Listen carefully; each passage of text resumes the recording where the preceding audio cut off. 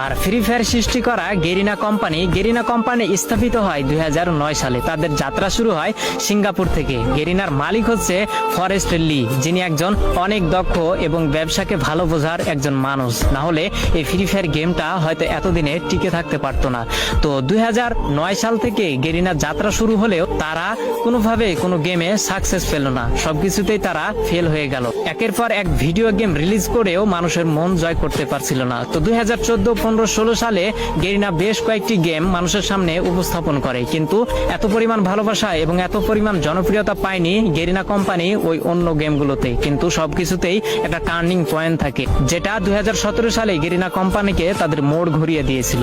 যেহেতু 2017 সালে শুধু পাবজি গেমটাই ব্যাটল রয়্যাল গেম ছিল এবং মানুষের মাঝে উৎপত্তি হয়েছিল একটা বিশেষ গেম হিসেবে, সেহেতু গেরিনা কোম্পানির মালিক ফরেস্ট লি ভাবলো কেননা মোবাইলের জন্য একটা ভালো গেম উপস্থাপন করা যাক বা মানুষের সামনে ছড়িয়ে ফেলা যাক, যার হাত ধরে কয়েকজন টিম নিয়ে এই গেমটাকে তৈরি করার কাজ শুরু করা হলো।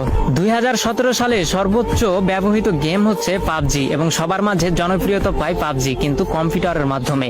ফোনের মাধ্যমে এই পাবজি গেম এতটা জনপ্রিয়তা পায়নি। সেই সুযোগটাকে কাজে লাগিয়েছে গেরিনার কোম্পানির মালিক ফরেস্ট লি তৎক্ষণাৎ ভেবে উঠলো যে মোবাইলের জন্য একটা গেম তৈরি করা যাক, যে গেমটি অনেক কম দামি ফোনেও যেন সাপোর্ট খায়। তো যার জন্য কয়েকটি টিম গঠন করে গেরিনার কোম্পানি ফরেস্ট লি কাজ করা শুরু করলো। 2017 সালের প্রথম দিকে এই ফ্রি ফায়ারটাকে তৈরি করা শুরু করলেও 23 আগস্ট 2017 সালে এই গেমটাকে পুরো বিশ্বে ছড়িয়ে দেয় গেরিনা কোম্পানির মালিক ফরেস্ট লি, যেটি একটি সিঙ্গাপুর কোম্পানি এবং সিঙ্গাপুর থেকে এর হেডকোয়ার্টার এবং পুরো গেমটাকেই পরিচালনা করা হয়। তো 2017 সালে যখন সাধারণ মানুষ সাধারণ ফোনে এই গেমটাকে খেলতে পারতো, তখন পাবজির জনপ্রিয়তা ধীরে ধীরে কমতে শুরু করলো এবং যেহেতু কম দামি ফোনেও ফ্রি ফায়ার গেমটাকে খেলা যেত, যার জন্য সবাই এই ফ্রি ফায়ার গেমে ঢুকে পড়লো। তার দেখা দেখি পাবজিও 1 বছর পরে তাদের মোবাইল ভার্সন বের করলো, কিন্তু অনেকটা দেরি করে ফেলেছিল পাবজি, কারণ সাধারণ মানুষের